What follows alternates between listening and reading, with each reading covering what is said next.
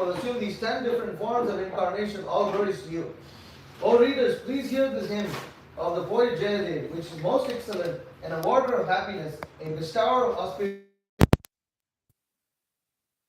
O Lord Krishna, I offer my obeisances unto you, who appear in these forms of 10 incarnations. In the form of Matsya, you rescue the Vedas, and as Kurma, you bear the Mandara mountain on your back. As Varaha, you lift the earth with your tusk, and in the form of Narasimha, you tear open the chest of the Daitya Hiranyakashipu. In the form of Vamana, you trick the Daitya king Bali by asking him for only 3 steps of land, and then you take away the whole universe from him by expanding your steps. As Parashurama, you slay all of the wicked Kshatriyas, and as Ramachandra, you conquer the Rakshasa king Ravana. In the form of Balaram, you carry a plough which you subdue the wicked and draw toward you the river Yamuna. As Lord Buddha, you show compassion toward all living beings suffering in this world, and at the end of Kali Yuga, you appear as Kalki to bewilder the Mlechas, degraded low-class men.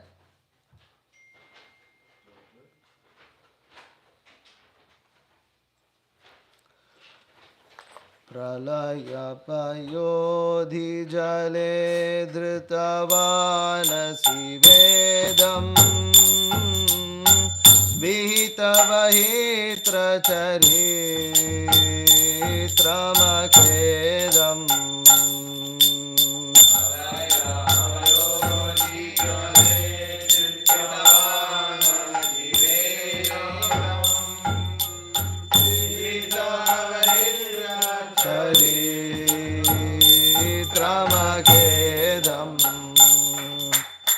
Keshavadhrita Meena Sharira Jai Jagadisha Hare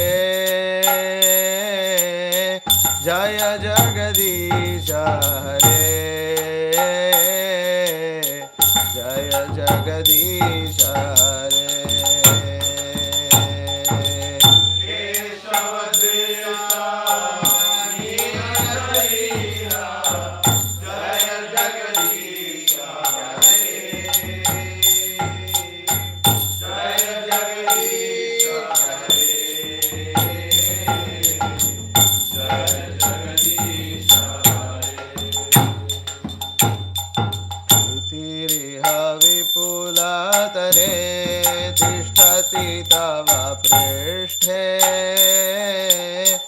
धरणि धारण किन चक्र घरिष्ठे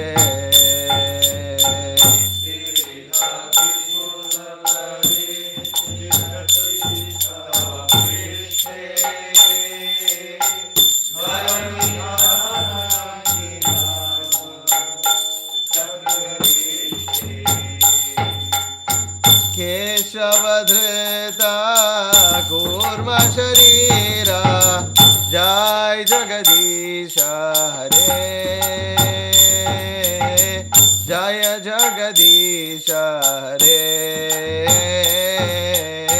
जय जगदीश हरे.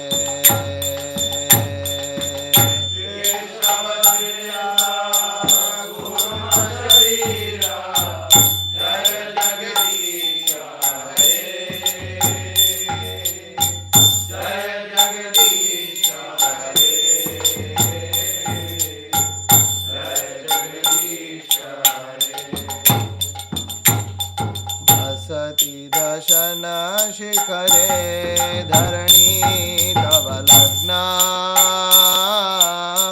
शशिनि कलंक कले वनिमग्ना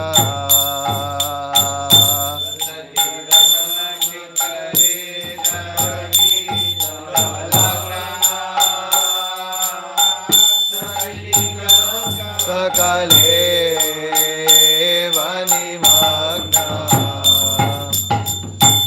केशवधृता सुकर रूपा जय जगदीश हरे जय जगदीश हरे जय जगदीश हरे. केशवधृता सुकर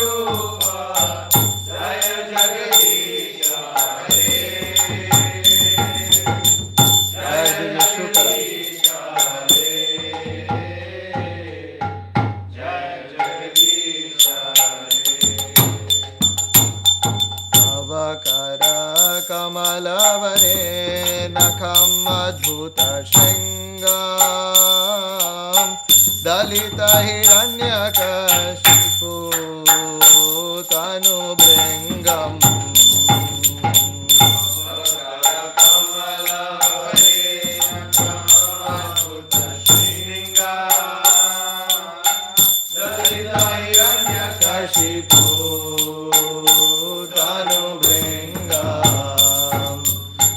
केशवधृता नरहरिरूपा जय जगदीश हरे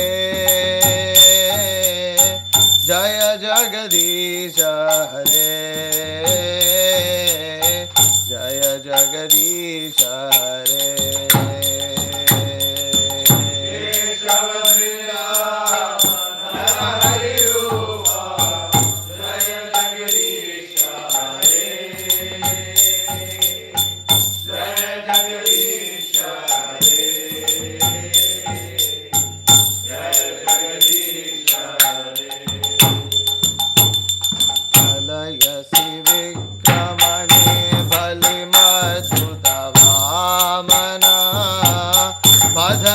नीरजनिता जन पावना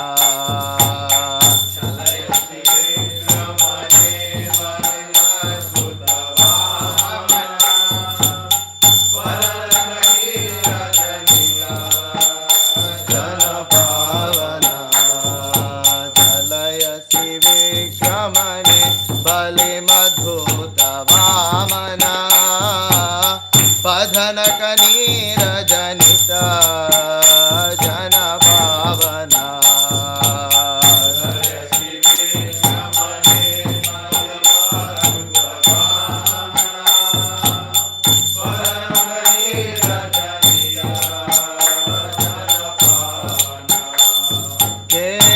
केशवधृता वामन रूपा जय जगदीश हरे जय जगदीश हरे जय जगदीश हरे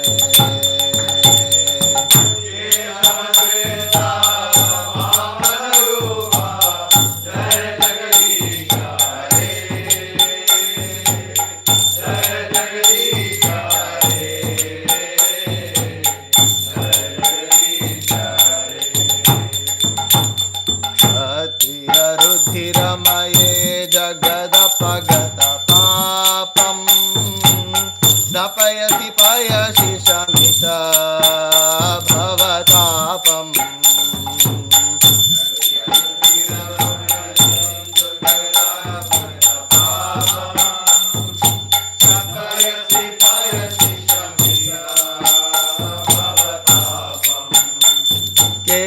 केशवधृता भृगुपति रूपा जय जगदीश हरे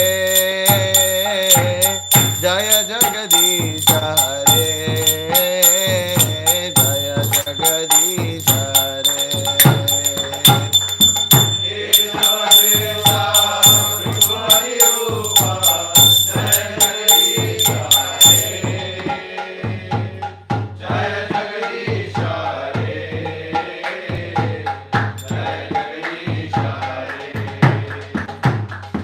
तरसि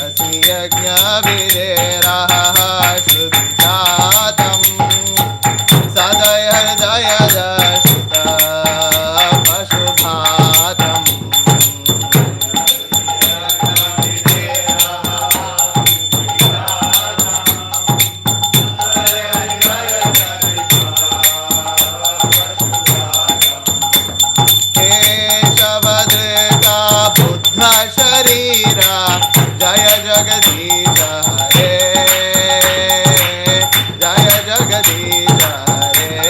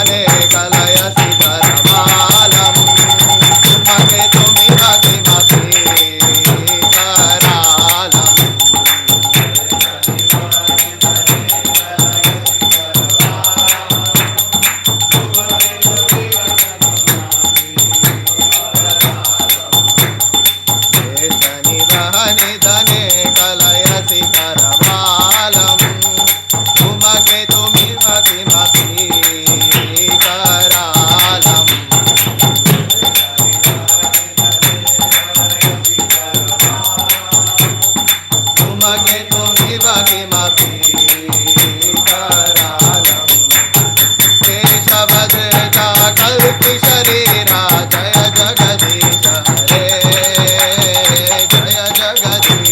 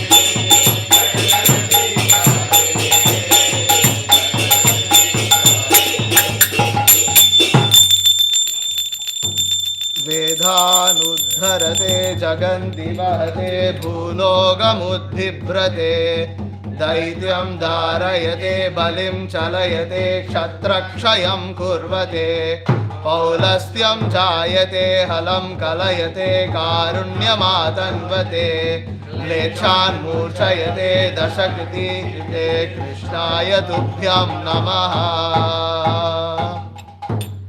श्री जयदेव गोस्वामी की जय, श्री दशावतार सूत्र की जय, श्री गीत गोविंद की जय। हरे कृष्ण। हरे Krishna.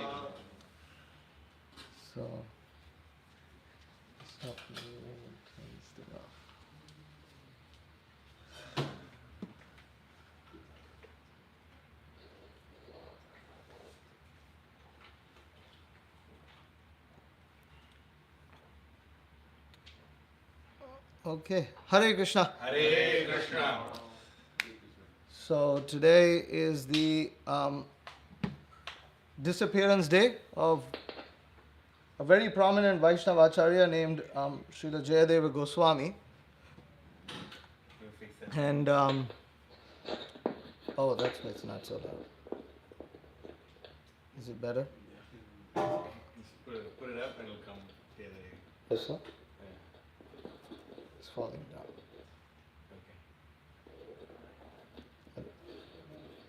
I'm not sure if there's much that can be done.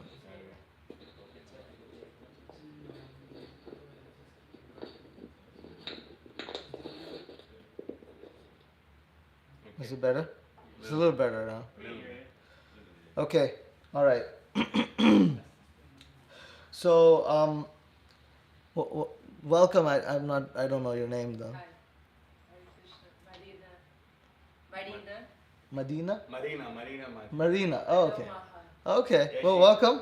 She got Bhagavatam from us in the Miami book fair. Oh, nice. And then she bought 12 Bhakti to distribute to her friends. I did. I read it in the morning. Oh, good. So, the Bhagavatam speaks of the different incarnations of the Supreme Personality of Godhead. I think you might have kind of realized that by now. There are different incarnations of the Supreme Lord. He appears in different forms in different ages for three primary purposes. One is to annihilate the miscreants. The second is to protect the devotees, to inspire his devotees. And the third is to establish the religious principles for that age by which he can be attained. So Jayadeva Goswami, in this famous Dashavatar Stotra, lists 10 incarnations of the Supreme Personality of Godhead, which we just sang. Generally we speak about, we speak directly from the Srimad Bhagavatam or Bhagavad Gita, but on appearance and disappearance days, we should glorify great devotees like Jayadeva Goswami, because ultimately the process of Krishna consciousness is Mahajano Yena Gata Sapantha. Or Krishna also says in Bhagavad Gita, he says in many different ways. He says, so of course, Yadyad Acharati Shreshas. So he says that whatever great men perform, common men will follow. And then he says, Purvaif Purvataram Kritam. He says that one should follow in the footsteps of the great personalities who have executed the same process in the past. Purvaif Purvataram Kritam. He also says, Tadvidhi pranipatena pariprashnena seveya upadekshyanti te jnanam jnaninas tattva darshinaha. That those who have all seen the truth, this is Guru Krishna, this is the famous verse for approaching a spiritual master. That why do you need to approach a spiritual master? Because a spiritual master is one who has seen the truth, and therefore he can impart it unto you. So this principle of learning the examples of the previous acharyas and great devotees, learning about their characteristics, activities, and the way they practiced Krishna consciousness is very important for us to be able to understand how to practice Krishna consciousness in our life. And therefore, just as much as we glorify the Supreme Personality of Godhead, in Krishna consciousness we also glorify his devotees. So, going to Jayadeva Goswami, Jayadev, this is from Srila Prabhupada's purport to the Chaitanya Charitamrita, Adi Leela, chapter 13, text 42. Jayadev was born during the reign of Maharaj Lakshmana Sen of Bengal in the 11th or 12th century of the Shaka era. His father was Bojadev and his mother was Vama Devi. For many years, he lived in Navadvip, the then capital of Bengal. His birthplace was in the Birbhum district, in the village of Kendubilva. In the opinion of some authorities, however, he was born in Orissa, and still others say he was born in southern India. He passed his last days of his life in Jagannath Puri. One of his famous books is Gita Govinda, which is full of transcendental mellow feelings of separation from Krishna. The gopis felt separation from Krishna before the rasa dance, as mentioned in Srimad Bhagavatam, and the Gita Govinda expresses such feelings. There are many commentaries on the Gita Govinda by many Vaishnavas. So that's a small summary of Jayadeva Goswami. Jayadeva Goswami appeared before the time of Sri Chaitanya Mahaprabhu, and was one of the very few who actually understood the mellows of love between Radha and Krishna. The highest mellows of love between Radha and Krishna, which otherwise could be misunderstood as mere lusty affairs. Many people mistaken the affairs of Radha and Krishna to be just lusty affairs. And Jayadeva was one of the great Vaishnavas who appeared before Sri Chaitanya Mahaprabhu, who was fully conversant with the science of Rasa Tattva and was fully conversant with the mellows of devotional service between especially the gopis and Krishna. So, who are the others who are some others who came before Sri Chaitanya Mahaprabhu? Madhavendra Puri, of course. Yes, his disciple Ishwara Puri. Bilva Mangal Thakur. Bilva Mangal Thakur. The Alvars. Yes, you can say, but let's speak specifically Radha and Krishna. The Alvars also, to some extent, but huh? Vidyanidhi. No, not Vidyanidhi. Vidyapati. Vidyapati. And then, that's what I'm looking for. Because these are mentioned in Chaitanya Charitamrita. Kalidas. Kalidas, there's one more. There's the last. Krishna. No. He was after. You said it. I said Chandidas. Chandidas. So Chandidas. So these are the poets that have been mentioned in the Chaitanya Charitamrita. These are the poets that Sri Chaitanya Mahaprabhu used to listen to the songs of these poets. He used to listen to the poems of these poets. And he would feel those mellows of devotional service. He would connect them with the Srimad Bhagavatam. And he would experience the highest mellows of devotional service. So, Jayadev, Chandidas, Kalidas. huh? Kalidas. Vidyapati, Vidyapati. Kalidas, Madhavendra Puri. Madhavendra Puri, Ishwara. of course Ishwara Puri, yeah. So, specifically these five, right? These five. And among them, Chaitanya Mahaprabhu, he very much relished Jayadeva Goswami's writing, Jayadeva Goswami's poems, especially the Gita Govinda. And what is the Gita Govinda? We just read that. It's about the passion in Radha and Krishna. It is Prabhupada writes here, that it is the mellow feelings of separation, the feelings, the transcendental mellow feelings of separation that the gopis feel for Krishna. And when was that expressed? It was expressed before the rasa dance. So the Gita Govinda, and that's why the song of the gopis in the Bhagavatam that is found, Gopi Geet, which begins with the verse. No, that's not how it begins. That's one of the most famous ones. Oh Krishna. Anyways, maybe somebody could pull it up. Anyways, Hare Krishna. So I forget. So Gita Govinda. So what is expressed in the Srimad Bhagavatam is also the feelings of separation from Krishna.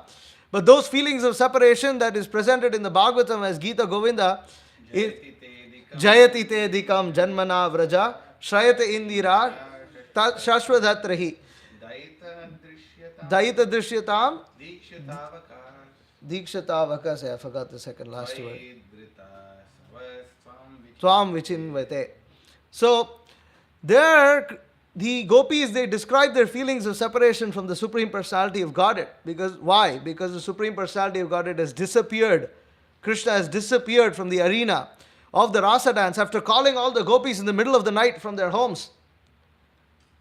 Right? Actually, I was reading in Narada Bhakti Sutra, one of the nice, there it's quoted from Vidagdha Madhava.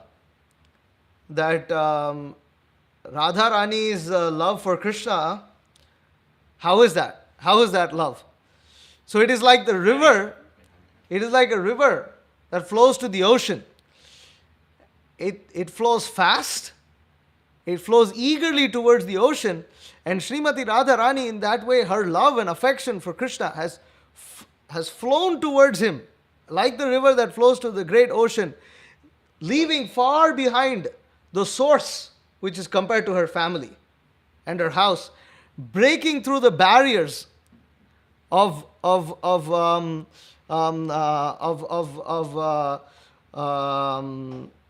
of etiquette, and and crossing the mountains of social behavior, of accepted social behavior, all in her eagerness to serve Krishna. So so these feelings, Jayadeva Goswami, by the mercy of the Supreme Lord, as a pure devotee of Krishna, was one of the few. And of course, if you think about it, these poets were able to express these things all in service to Sri Chaitanya Mahaprabhu, because ultimately Sri Chaitanya Mahaprabhu heard their poems and felt those divine feelings. Otherwise, it's a bit out of place, so as you can say, in the series of events within India. But this is Yoga Maya setting up the scene for Sri Chaitanya Mahaprabhu's eventual appearance, so that he may relish these things, and he has to relish these poems. So these poets have sung these poems before him. Although, they're practically like associates of Sri Chaitanya Mahaprabhu, who understood these higher mellows of Radha and Krishna. So, this Gita Govinda, the first song in Gita Govinda is Dashavatar Stotra. This is the first song. So, actually, so Srila Prabhupada writes that to a letter to Achyutananda, then Maharaj. So in 1972, he says, "My dear Achyutananda, please accept my blessings. I beg to acknowledge the receipt of your letter dated July 7, 1972, and I have noted the contents carefully. Regarding the songs of Jayadev, Shruta Kamala is not approved. Sometimes our Krishnadas Babaji sings it, but it is not approved by Prabhupada." This is referring to his spiritual master, Bhakti Siddhanta Saraswati Thakur. "But it is not approved by Prabhupada. These songs are for Siddha Bhaktas, not for us who are sadhana bhaktas or learning bhaktas. Lord Chaitanya never divulged in public. He enjoyed them in the company of his selected 3 or 4 devotees, just 3 or 4 devotees. There is one song by Jayadev worshipping the 10 incarnations, which is Dashavatar Stotra, which we sang. That song is all right." So that song is the first of the Gita Govinda. It's not that we actually don't chant Gita Govinda. We chant, but we chant just the first song. And the reason why Jayadeva Goswami put that song there, the Dashavatar Stotra, is because he is preluding these highly esoteric matters of Radha and Krishna, their loving affairs, which could be seen as mundane love affairs between some mundane lusty boy and lusty girl. But actually, the affairs of Radha and Krishna, the transcendental love between them, is the source of the perverted lust that is found within this material world. So that which is most degraded in this material world is the reflection of the topmost, highest pleasure and resplendent mellow found in the spiritual world. So that's why Krishna explains there's a lot of esoteric meaning to that reflection of the spiritual world with the material world. That this material world is a dull reflection of the spiritual world, but when you have a reflection, things turn upside down. They turn topsy-turvy. So, when a transcendental object is being reflected in the waters of the soul's desire, the impure waters of the soul's impure desire to enjoy separately from Krishna, to be God, to enjoy like God, then the pleasures of the spiritual world turn upside down and become the um, the entanglement of the so-called pleasures and pains of this material world. So, therefore, Jayadeva Goswami sang this Dashavatar Stotra simply to establish the fact that this is Supreme Personality of Godhead. He has appeared in these 10 incarnations. He's not some ordinary, lover boy dating some girl. It's very, very high esoteric matters. But still, in spite of him writing all of that, still people misuse it. So, I have a more lengthy biography of Jayadev that's written by Satyaraj Prabhu in a Back to Godhead article, Back to Godhead magazine article from 1989. So,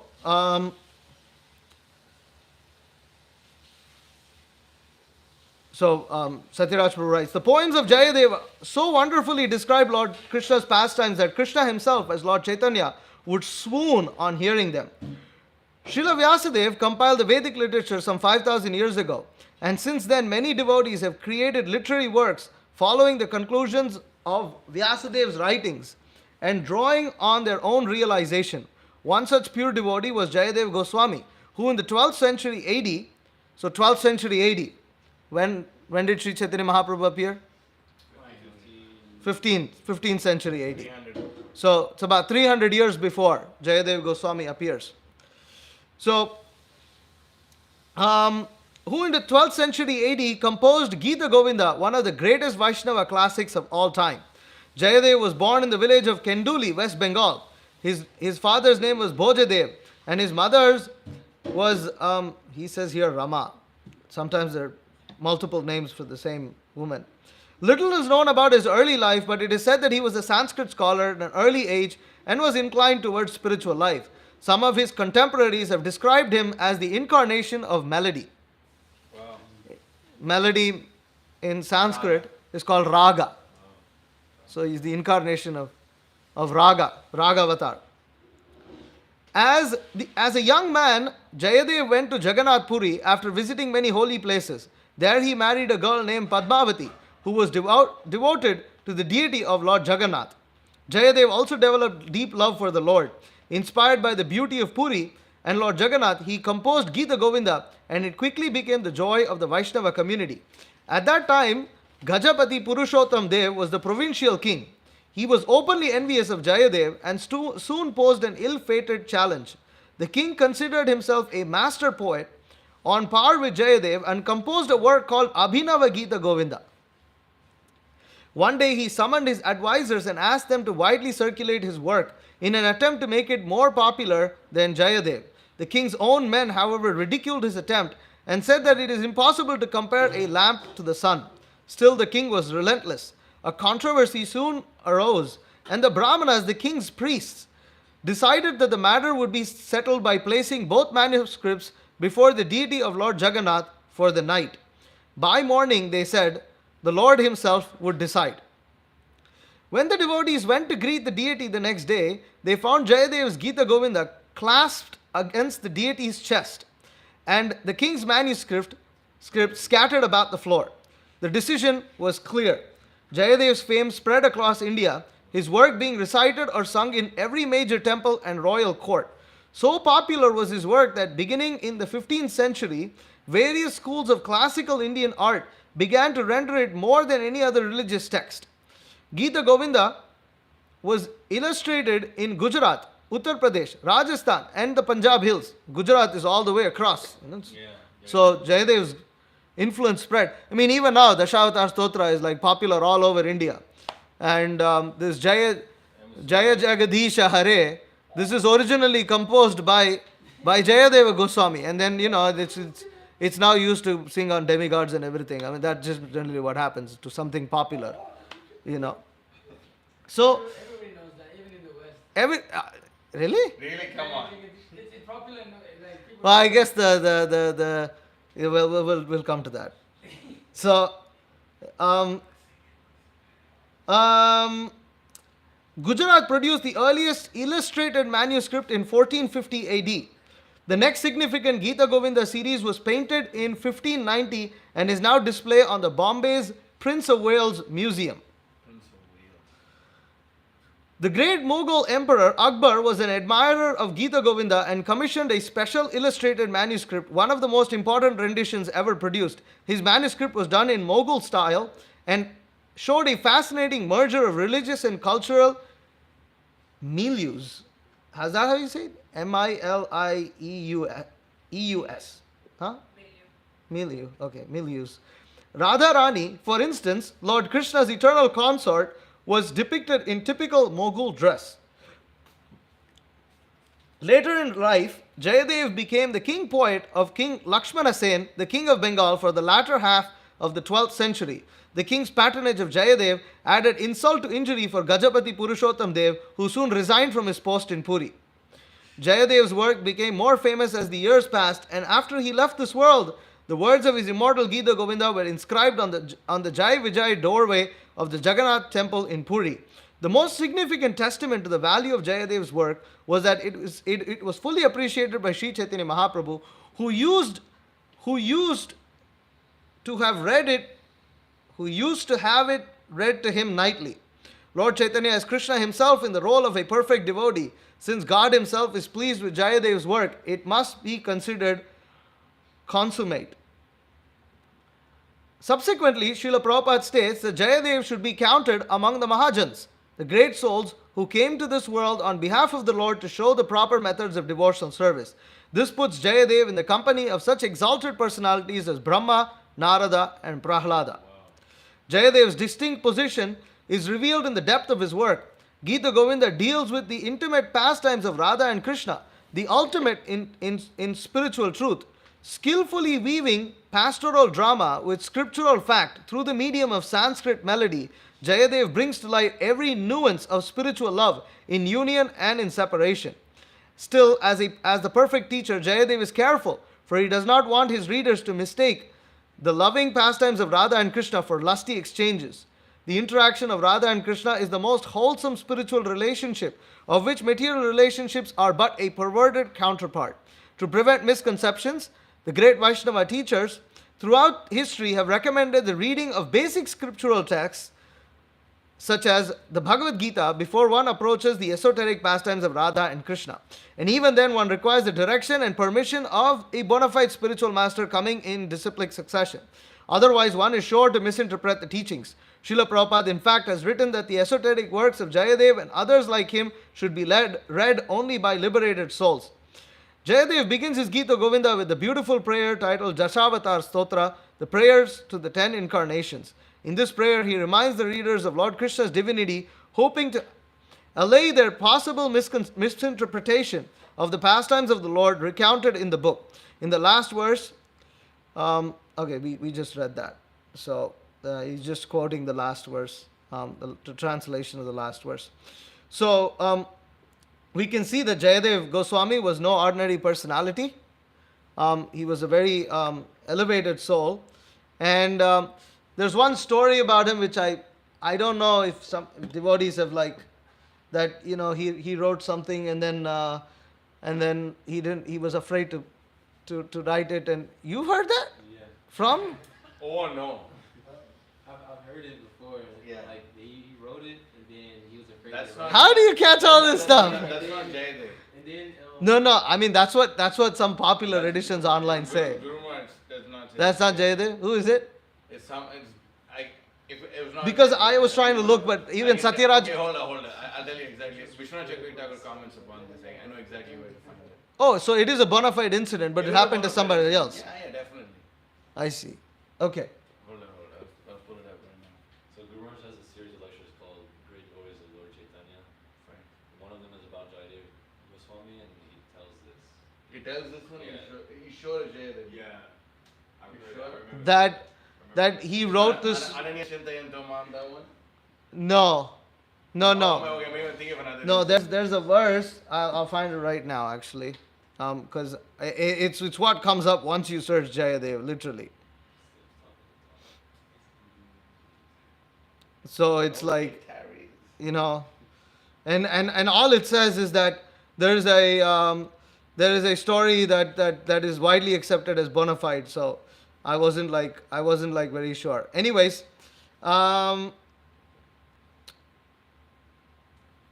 oh, here it doesn't say which verse. There was a version which told me the verse itself. Hold on, I'll find it. I think Guru Maharaj was speaking based on this book by Bhakti Rashik Sridhar Maharaj, Oh, really? that where he was speaking about that. Hmm.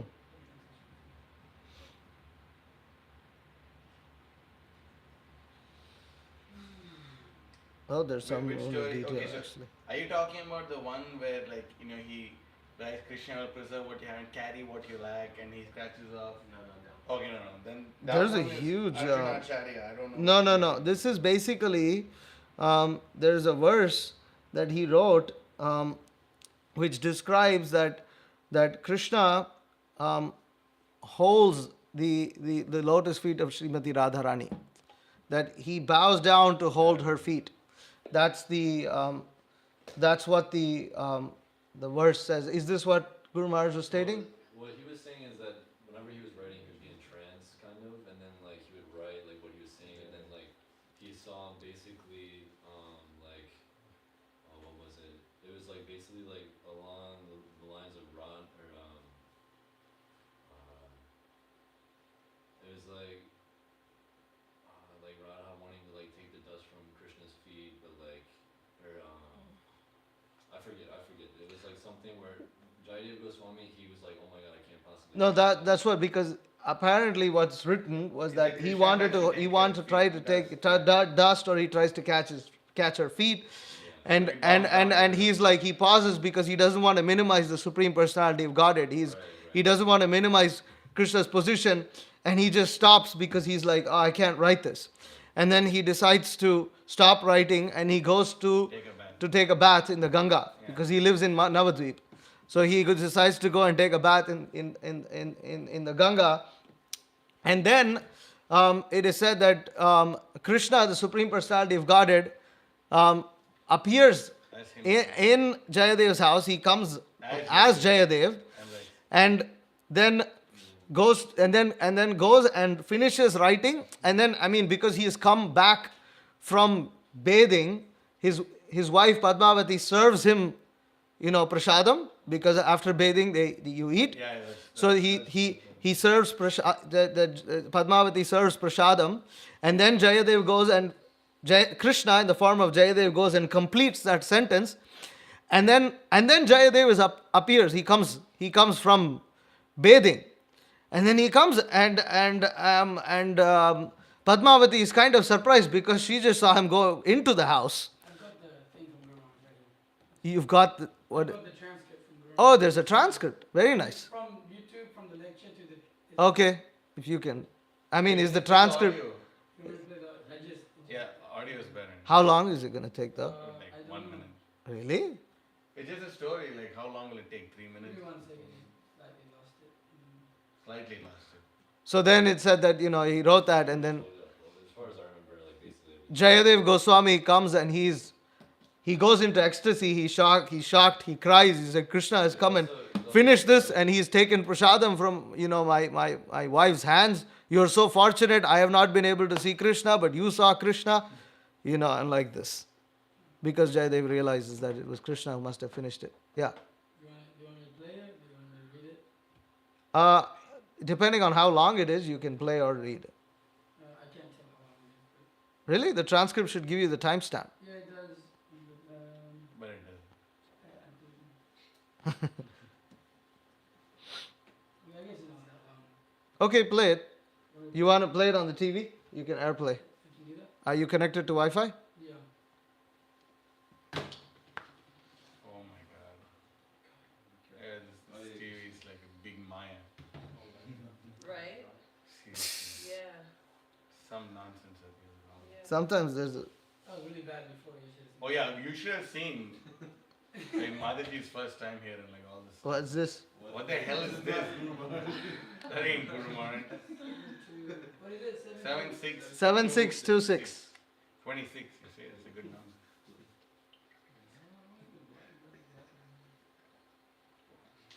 Oops.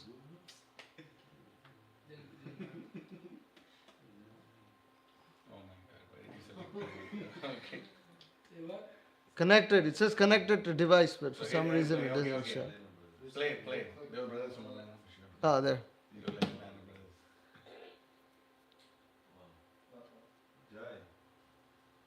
Um, 10 minutes. Writing about all the different loving exchanges between Radha and Krishna. As it was appearing in his mind, he transposed it in incomparably beautiful language, suitable for describing the Supreme Lord. So he was writing and writing, but there came a point in his mind where Krishna was begging Radharani to give him the dust of her lotus feet. That he was falling down at her feet to beg forgiveness from her. She'd become angry at him at his misbehavior. That you please forgive me and place your lotus feet on my head. So Jayadeva hesitated. That no one can imagine such a thing. That Krishna is most exalted and worshipped by all, and everyone is begging from Krishna his mercy, and Krishna is begging mercy from Radharani that you place your feet on my head. And he couldn't write. He felt, I cannot write this. So at this point he stopped writing. And it was anyway around midday time for him to go to the nearby Ganga for his bath, as was his daily midday practice. So he left to take bath, but shortly afterwards Padmavati saw him come back. And she asked him that, well, what happened? Why did you come back so soon? So Jayadeva said that I thought of something I have to write. I'm going to write it now before I forget it. So he went, sat down, and left again. And a short time later, he came back again. And now Padmavati said, what happened? You didn't take it again, you came back? You didn't take bath? Yes, I took bath.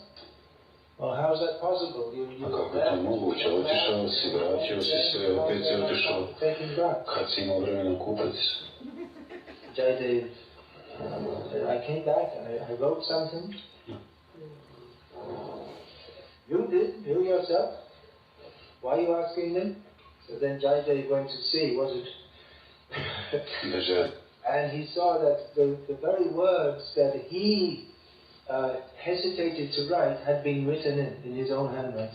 So then he understood that even though he was not prepared to write, Krishna was prepared to write it. Як он є bio spreman napisati, to Krishna bio Such a form spreman napisati, to Krishna došao u takvom obliku to write this very verse. da napiše taj stih. Krishna wanted this to be revealed to the world, even though his devotee was hesitant to do it.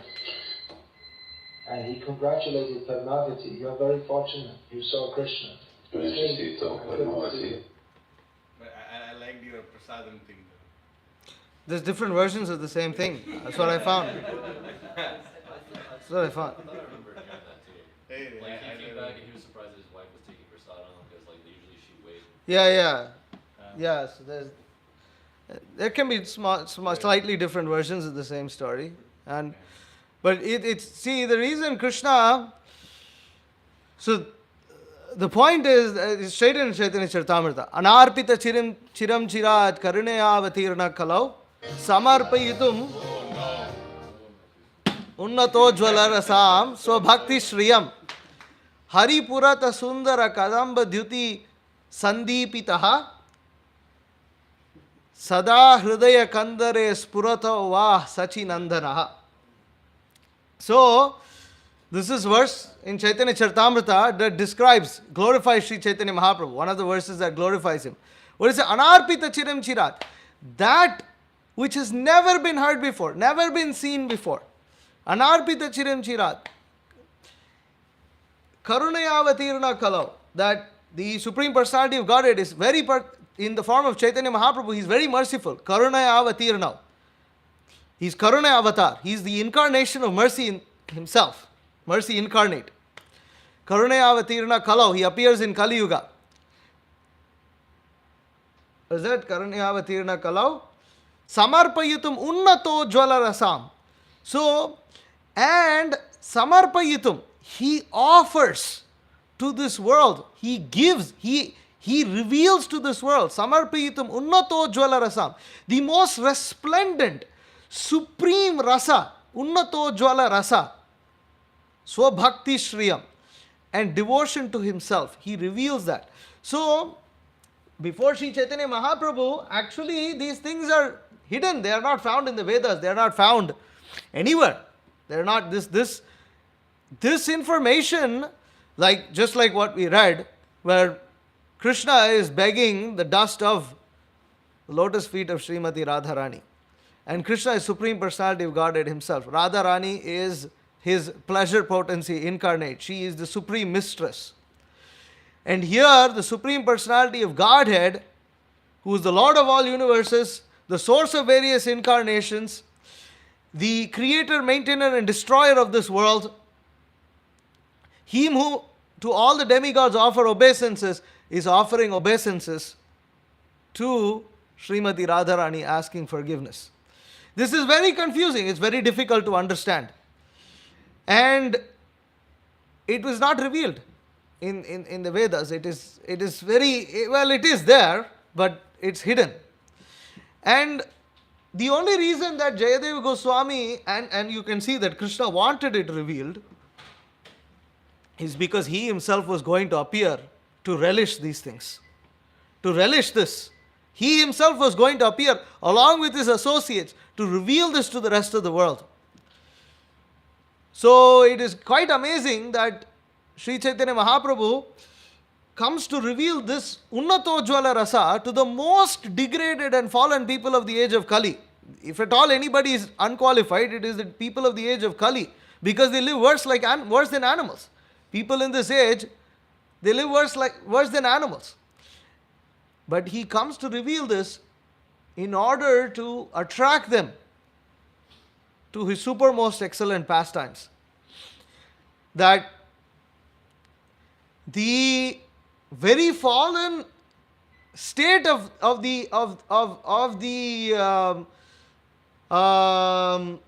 people of the age of Kali, by Sri Chaitanya Mahaprabhu's mercy, has become their very qualification to obtain the highest thing, because nothing else can save them. All the other forms of Vedic rituals and the process of progressing through the Varnashram system, and all the different kinds of worship that has been recommended, the different kinds of sacrifices, different kinds of austerities, even the different types of yoga, Karma Yoga, Jnana Yoga, Ashtanga Yoga, all these things are far beyond the reach of the age of people in the age of Kali, because actually they live worse than animals, two-legged animals. So therefore, Sri Chaitanya Mahaprabhu has come to give us this Hare Krishna Mahamantra, which by chanting, we can achieve the highest mellows of devotional service to Radha and Krishna. So this is not a cheap thing. In the purport to Chaitanya Charitamrita, Madhya Leela, chapter 8, verse 250, so the text goes like this.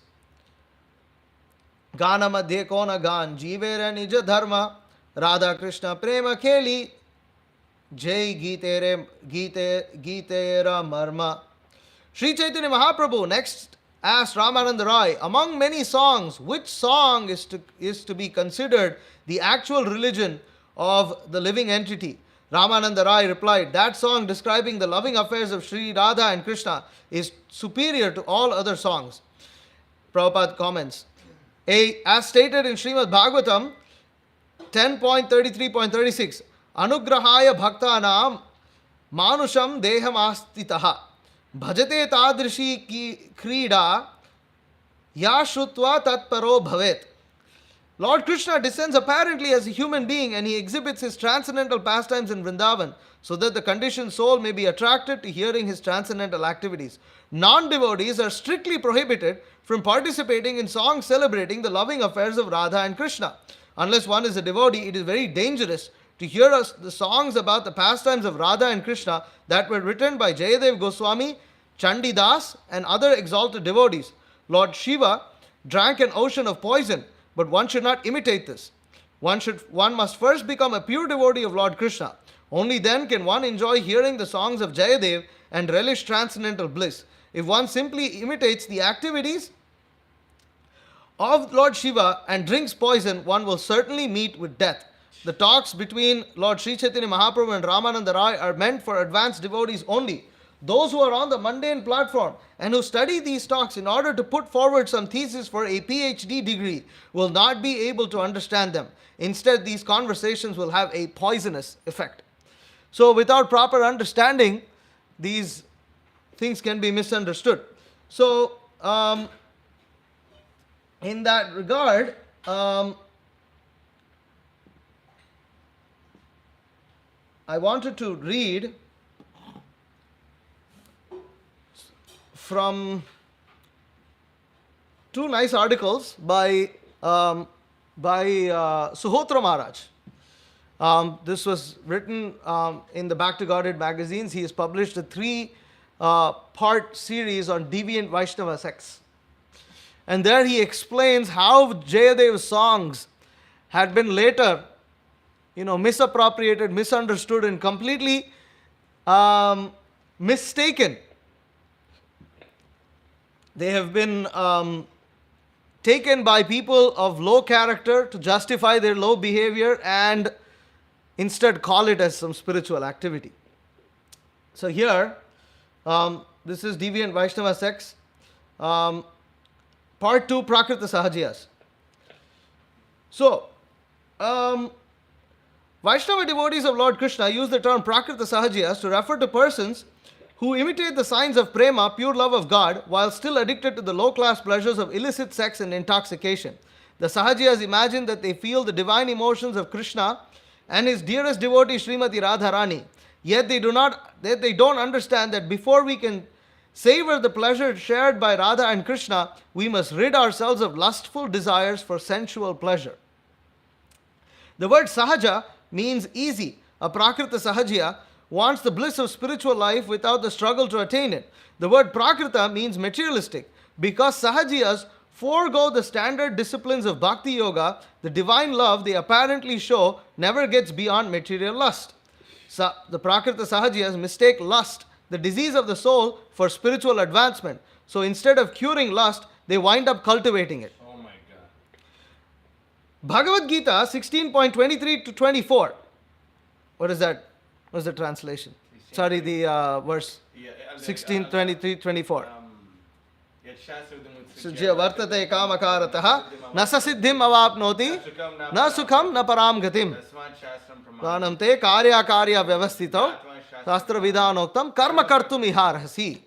So there it said, he who discards scriptural injunctions and acts according to his own whims attains neither perfection nor happiness nor the supreme destination. One should therefore understand what is duty and what is not duty by the regulations of the scriptures. Knowing such rules and regulations, one should act so that he may be gradually elevated. So, here, this is stated also actually, since I'm reading Narada Bhakti Sutra, in verse 12, Srila Prabhupada has commented up to text 13. And in verse 12, it said, Bhavatu Nishchaya Dhardyad Urdhvam Shastra Rakshanam. One must continue to follow scriptural injunctions even after one is fixed up in the determination. One is fixed up in determined. Some problem here. One is fixed up in the determination that devotional service is the only means for reaching the perfection of life. So even after one becomes fixed up, like, I am going to practice devotional service, still one has to follow the rules and regulations of scripture. And Prabhupada writes in the purport that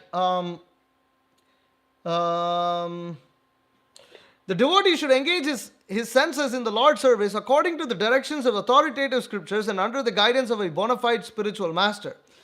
The beginning of one's devotional training is to engage the ear in the oral reception of the teachings of Bhagavad Gita and Srimad Bhagavatam. Devotional service executed under the guidance of a spiritual master and according to scriptural injunctions is called Vaidhi Bhakti, a part of Sadhana Bhakti or devotional service. The other division of Sadhana Bhakti is Raganuga Bhakti, spontaneous devotional service. So Prabhupada classifies Raganuga Bhakti as another part of Sadhana Bhakti.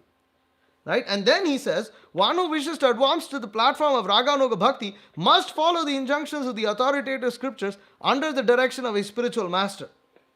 According to Sutra 12, even a person on a highly elevated platform of devotional service must execute the rules and regulations of the scripture, what to speak of persons who are not elevated.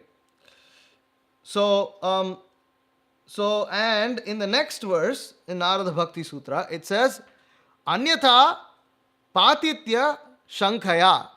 Otherwise, there is every possibility of falling down. It doesn't say that there is a possibility of falling down. There may be a possibility of falling down. It says there is every possibility of falling down, which is another way of saying that you're surely going to fall down. You don't follow the injunction. Right? It's another way of saying, if you say there is every possibility, that means it is certain. That you're saying that's because among different possibilities, all of the possibilities means you're going to fall down. Means that is certain you will fall down. So this is all there, and and in the purport, again, this is text 13. So Prabhupada commented up to this purport. Prabhupada is writing. Similarly, the neophyte devotee serious about advancing in devotional service must carefully follow the principles of regulation of devotional service. Otherwise, there is every possibility of his falling down. Strictly speaking, if a devotee ignores the regulative principles and acts according to his whims, if, for example, he does not eat Krishna Prasadam, but eats anywhere and everywhere, as in the restaurants, Brutal, dude. such as in the restaurants, That's really brutal. there is every possibility of his falling down. If he accumulates money without spending it for devotional service, after keeping whatever is required for his need, there is every possibility of his falling down. If he applies his energy not in the service of the Lord but in some material activity, there is every possibility of his falling down. If the devotee does not engage himself in always hearing and chanting the topics of Krishna and his activities, but instead indulges in idle talk, there is every chance of his falling down. If a neophyte devotee does not follow the orders of the spiritual master and simply officially sticks to the principles, or if he does not strictly follow the principles, look at this. If a neophyte devotee does not follow the orders of the spiritual master and simply officially sticks to the principles, officially, meaning it's a show, or if he does not strictly follow the principles, there is every possibility of his falling down. To become greedy is another cause of fall down, and to associate with persons who are not in devotional service is the last word in Maya's allurements for causing a devotee to fall down. So, okay. Going back to the article. Okay. The Prakrita Sahajiyas, however, go easy on scriptural regulations. They stay attached to materialistic enjoyment of the senses, but this sense enjoyment binds them, and therefore their ideas of Krishna, Krishna's devotees, Krishna's service, and love for Krishna are but a faulty creation of their lower nature. According to the Bengali historian, this is where we get to Jayadeva. A Bengali historian, Dr. S.B. Das Gupta. The Bengali Sahajiya movement can be traced long back before the time of Sri Chaitanya Mahaprabhu to the reign of the Buddhist Pala dynasty, AD 700 to 1100. At that time, a secret cult of the name Sahajayana arose within the Vajrayana diamond vehicle of the school of Buddhism. The Sahajayana Buddhists abandoned ritualism and study of scriptures as useless. They practiced a yoga of sex, in which they took consciousness to be the unity of the male and female principles, sometimes called as upaya and prajna, or karuna and shunyata. The Sahajayana Buddhists wrote many songs known as Charyapadas, expressing their philosophy in mysterious language. Later, under the Sena kings, Vaishnava became ascendant in Bengal when the great spiritual master Jayadeva Goswami won royal patronage for it. The Buddhist Sahajiyas then adopted aspects of Vaishnava philosophy and twisted them. They renamed their Upaya and Prajna principles to Krishna and Radha, imagining Radha and Krishna to represent the highest status of bliss attained by men and women on the Sahajiya path. In the 13th century, with the Islamic occupation of northern India and Bengal, the Sahajiyas were influenced by the practices and philosophy of the Sufis. This word Sufi comes from the Arabic word saf, meaning sacred, and it signifies a mystical Islamic order of mendicants. Their goal is a state of inspiration called fana, or oneness in love with Allah. The Sufis seek to attain fana through song and dance. In the Middle Ages, they faced persecution as heretics in Arabic countries, especially because some Sufi preachers announced that they themselves were the very Allah worshipped by all Muslims. Oh my Mayavadis. Big Mayavadis. That's so ridiculous. So, but in India, the Sufis could flourish. This is where it's interesting. But in India, the Sufis could flourish, not in the least because their ideas had much in common with Mayavad or impersonalistic philosophy. The 16th century saw the advent of Sri Chaitanya Mahaprabhu and his movement of Sankirtan. In a typical social blur, the Sahajiyas who had arisen from Buddhist and merged with the Sufis now sang and danced on the fringes of the Sankirtan movement. There they celebrated their mundane sexual mysticism with song and dance. This, of course, was a perversion of the Sankirtan movement, so Lord Chaitanya and his followers rejected the Sahajiyas. This is evident in Sri Chaitanya Charitamrita, which tells us how strictly Lord Chaitanya followed the rules of celibacy and how he sternly dealt with those devotees who broke them. By the 1700s, however, the great movement began by Lord Chaitanya appeared to have become corrupted by caste Goswamis and ritualistic Smarta Brahmanas. This offered a chance for the Sahajiyas to influence the common people, and various Prakrita Sahajiya sects became popular. So, Srila Prabhupada mentions in his commentary on Sri Chaitanya Charitamrita that the Sahajiyas indulge in sense gratification in the name of devotional service. In this way, quote unquote, throw mud into transcendence. That's Prabhupada's word. Throw mud into transcendence. They churn their materialistic emotions into a state of sentimental ecstasy, and this they take to be spiritual. But the first step in spiritual advancement is to distinguish between spirit and matter. The Sahajiyas confuse the two. The name of Krishna is all powerful, the Sahajiyas say. So the spiritual state of a guru and disciple at initiation doesn't matter because the holy name works by its own power. There is no need to tell anyone to follow rules. Let them chant Hare Krishna, smoke, drink, gamble, and have sex. The holy name will cleanse them of all sinful reactions.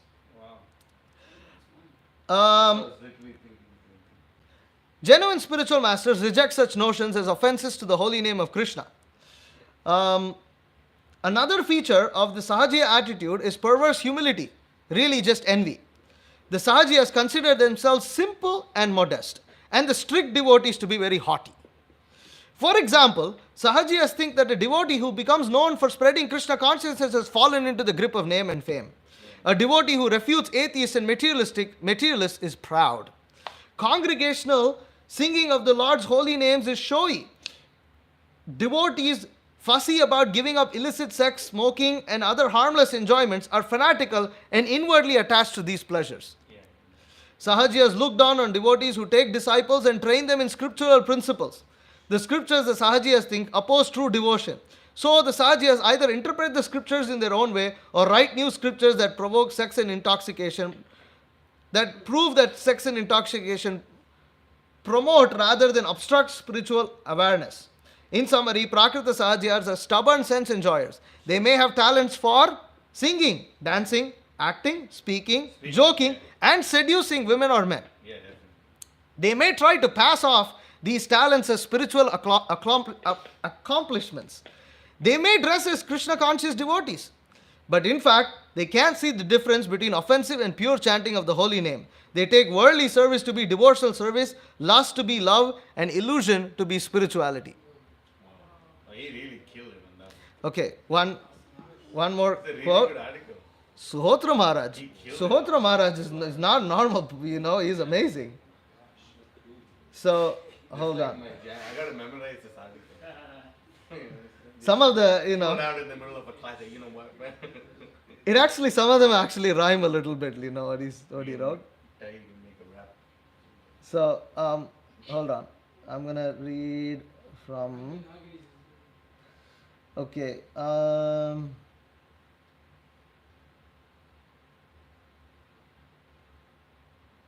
Oh yeah. Okay. So this is in part 3 where he is describing Aul, Baul, Shani, and Daravesh. These are other upper sampradayas. So,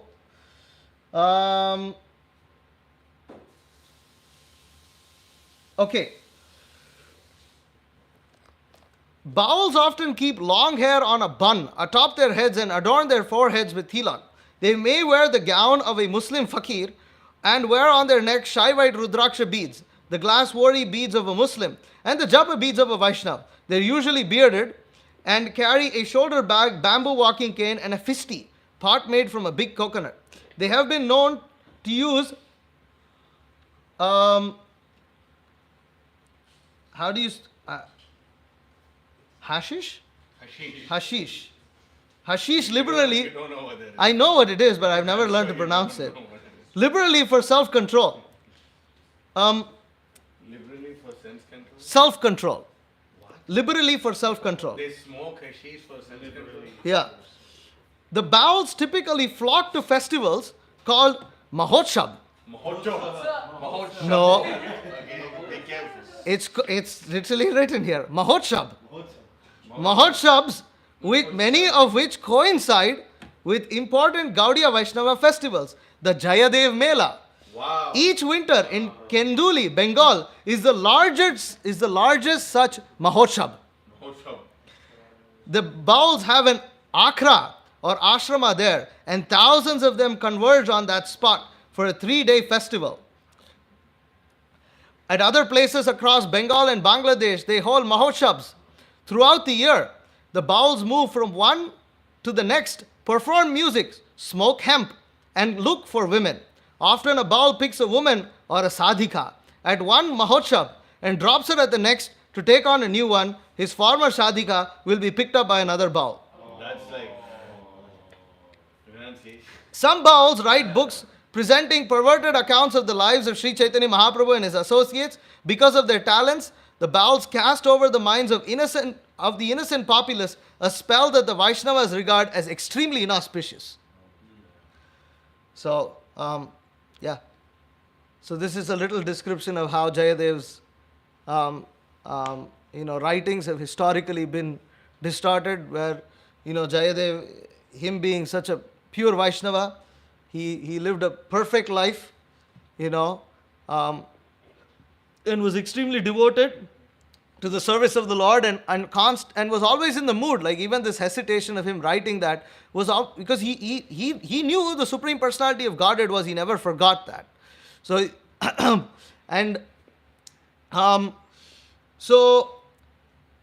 but on the other hand, these people, they make a big joke. So Jayadev Mela has now become some place where you go and pick up one sadhika and go and drop her off at another Mahotshab, and then pick up another sadhika there and enjoy her, and then drop her off and somebody else picks her up. Just open prostitution in the name of spirituality. Like, what happened to these people in old age? Like that's. I have no idea. Okay, so I'll stop here. Srila Jayadeva Goswami ki jai. Any questions or comments? Could you post that article on the Ashram Communication? Which one? This Subhadra Maharaj. Okay, I quoted from 2 parts. I'll post it. Post. It's found in the Veda base. How am I supposed to do that? What's it called? It's in the Back to Godhead magazine in 1991. Back to Godhead magazine, 1991. Deviant Vaishnava Sex. Part 1, Part 2, Part 3. Actually, that's in Bhakti Siddhanta Bible. No, this specifically was written by Suhotra Maharaj. It's an article that's been written by him. Not the chapter title, similar chapter title in Bhakti Siddhanta Bible. Okay, any questions or comments? No, okay. I mean, one thing Alright. is there for sure, is that the influence is not something which happened in the past. Yeah. You know, it may always seem like, oh wow, it's like. That's why we're reading it right now. It's like very interesting to read about the history. Like it's all happened in the history, you know, but it's happening right now. Yeah. A few blocks away. Yeah. You know, it's ridiculous. You know, it's all these. And we had experience of it this morning. Where's Shannon? We had experience of this morning where like a person, you know, and you know, okay, so like, you know, one thing is, yes, you know, so they realize that Yashasa Vidimutsrijya, they don't follow the injunction in scripture.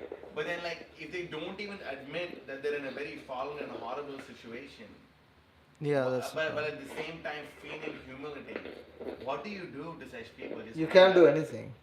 right? You can't do anything. Is it, I was thinking like, you know, if you're an expert logician, you could literally defeat anyone in any argument, right? Theoretically. But there's some people that you can't debate with at all because they're not, you know, I don't understand, like, they're not. Well, that example is given. If you argue with a fool, you look like a fool. Yeah, you're the fool. Yeah, if you argue So with a that fool, you know, there is that story, Bhakti Siddhanta Saraswati Thakur. Just 1 second. Where you know, I think it was Bhakti Siddhanta or was it Prabhupada? Anyways, Guru Maharaj quotes that. Says of that, like, you know, that a scholar comes into a village. Oh yeah, And, Kastvam, right? Yeah, Kastvam. Kastvam. So that, you know, a scholar who is like undefeated all over the world is coming to a particular village, and everybody in that village is terrified. We're all going to get defeated by the scholar. And so they approach. And so one guy over there is the biggest fool in the village. No, everyone thinks he's like the biggest pandit because he can actually read the Sanskrit letter. Yeah, because they're all illiterate. And so this one fellow can read, The Sanskrit he can just read a little bit of Sanskrit, and he's the biggest scholar there. And he's like, oh, no problem, I'll defeat. It's a piece of cake for me, you know, nothing. I'm the Acharya. And so then this scholar comes, and the debate is organized, and the whole village is assembled, and then, you know, the introductory is you have to explain, you have to talk about yourself, and there's one word in Sanskrit which is called kastvam. So it is ka and Kastvam.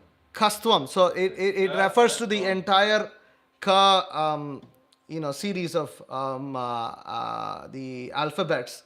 And what that basically means is tell everything about yourself.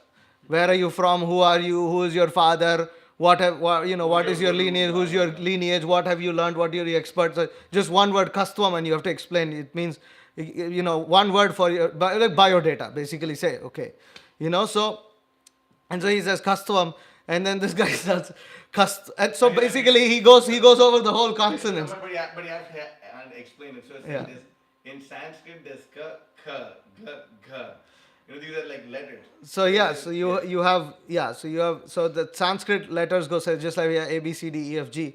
You have ka, kha, ga, gha, na, cha, cha, da, da, na, pa, pa, ba, ba, ma. And so like this you have different tha, tha, da, da, nya. And so it's like this. So what this guy says, he goes over the whole thing. He says, custom, gastum, nyastvam. You know. Then he goes, pastvam, shastvam. You know, and the village all starts like what? Because he's saying so many things, and this guy is like stunned over there, like, oh, what a big, because he realizes he's meeting a big fool, you know. He's like, what a big fool have I met here? And so he gets up and he leaves, and the whole village, and they carry him on his shoulders. They have a big procession through the village, and they shower accolades. Is our scholar from our village is the conqueror of all directions, and is the greatest scholar in the world. And he's just a fool. So you can't do anything about such persons. What will you do? Just leave. I was so shocked. This morning, like, me and Chandan, like, what do you tell this guy? He's freaking crazy. You know, you will become crazy if you talk to them. It's just, like really, it's like, Dandavat Pranam, don't you offer obeisances at a distance. You say, may Lord Sri Krishna bless you. That's it. And the thing is, and this is the scariest part, right? So, it's one thing if you just take like the Sahajiya principles to just be like, oh, just say, oh, they're taking it a little cheap. But what happens is that the more Sahaja you become, Mayava just creeps in. Yeah. Then, It's all right? related. I mean, you saw the source of Sahajiya.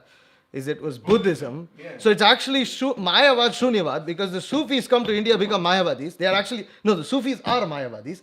And then they come to India, they're sheltered in India because India has so much Mayavad. And then the Buddhists are the original Sahajayana. And then they both merged, so Mayavad and Shunyavad merged to become Prakrita Sahajiyas. And then they add Lord Chaitanya. So then they add Radha and Krishna. Just see how amazing it is, isn't it? Just see the history of how it all works and it merges. That's why you find elements of Buddhism, you find elements of Mayavad, you find... It's crazy though. It's real and it's here, right here. Like if you really want it, like Yeah. We can talk all night about it. But anyways. Really surprising. You had something to say? I did. I love what you said, and Womaha, obviously, so funny. What I do think that we can do about such people, and I think that because my brother happens to be such a person, and it's difficult to converse, like we're saying, right? It's difficult to get them to even see that. So what I think we can do is to pray for them. Yeah, definitely. And I That's what this is. definitely pray for my Yeah, you can pray for them. And another thing we also do is we don't mind giving them prasadam. Yeah. So Right. spiritual food, Yeah. prasadam, is also it's a sign of love that everybody accepts. That and it's perhaps the best weapon when you're dealing with people you don't really want to have much of a conversation with. And yeah, so yes, pray for them and give them prasadam. Every time they talk, you know, play a prasadam. Oh yeah. You don't want to say something? Yeah. I got you. For saying all of this, you deserve this plate of prasadam. And then he will take it as a congratulation and yes, you finally understood how great you please eat this prasadam. Please, you need a lot of purification. Please eat this. You know? Yeah. I'm just curious. I heard Soja Maharaj. He gave a talk on the origins of Christianity, and so I always. So I've heard, yeah. Yeah, he's got that's like his thing. He was very scholarly. He was a very scholarly devotee, and he was actually he was a close friend with Guru Maharaj actually. And he actually told Guru Maharaj. He used to preach in the Croatia, the areas and all this, and so some of our God brothers like Gokul Chandra Prabhu, they actually knew him. I'm curious. I have no clue as to how his methodology. How does he trace this stuff back? I don't know. He taps from the Akashic record. I don't. No. He does research. No, he does his research. Stop saying stupid things. So, anyways, I'm not sure. I mean, you didn't meet people like Divya Prabandha. He can tell you. They met Divya Prabandha and others. He knows. Suhotra Maharaj very well. Or you can just read one of his articles. Oops, see, we're already way over time. Okay, Hare Krishna. Tomorrow's day out. Chill, bro. It's okay. Oh, tomorrow is. Listen. So, Suhotra Maharaj actually wrote this other read, and Guru Maharaj recommended Substance and Shadow. Yeah, substance and shadow. And then, Guru Maharaj actually said that Suhotra Maharaj told him that he wants to leave early because he already seen I've heard the that. whole movement go to hell. He's saying. Yeah. It's on a lecture live on public, so I can say whatever the hell. It is. No, even that, and even Guru Maharaj said in a public. What lecture is this? I'll think about it and tell you. And then come on. And then Suhotra Maharaj actually told Guru Maharaj that he didn't even start to write all the books that he actually wants to write. Right. What books has he written? So many books, Substance and Shadow. I know the And he- Substance and Shadow then he and the wrote other this thing, ones. about Mayavad. Then you won't believe it. The Mayapur Institute has Suhotra Maharaj's book where he actually takes the whole Vedanta Sutra and explains Right, how that's every true, that's verse true. is That's actually true. pertaining to Radha Krishna's That's true. pastime. I've actually wanted to get a whole collection of Suhotra Maharaj's books, but I didn't know he had so many. But yeah. It's there. That book is there. They're not releasing it. Oh really? Yeah, it's there. It's really there. Okay. Yeah. Yes. Yeah, so this, what we're discussing tonight, is this similar to the reasons why it's recommended not to skip in Srimad Bhagavatam to Canto? Yes. That's Yes. exactly why. Yes. Yes. Okay, thank you. Okay. He's got all the. He's right here with us. Yeah. Yeah. Yes. I You thought got that the too power. while you were reading it. Yes. Yes. Yes, Avadut Chandra Prabhu. Just on the subject matter, I was just hearing this class, this today on Srila Prabhupada's class, I really feel it. and it was in 1968, and at the end of his class, Prabhupada always says, are there any questions? And a devotee raised his hand and said, Prabhupada, can you talk about the Rasa Leela? Oh my And God. Prabhupada, there's this like long pause, and he says, we don't talk about this in public. And he goes on to say that like Lord Chaitanya only discussed this with his intimate devotees. And he was just, Why are you asking about this? yeah. Why is it a public program? Why are you asking me? You can see that was the problem. Yeah. Good point. Good point. I remember that audio. Okay, all right. Jai, thank you very much. Srila Jayadeva Goswami ki Jai. Shri Chaitanya Mahaprabhu ki Jai. Unnato Jwala Rasa ki Jai. Vancha kalpatrubhyascha kripa sindhubhyev cha patitanam pavanebhyo vaishnavibhyo namo namah. They're gonna know what you're doing. Special Jai. What's the year, Jai?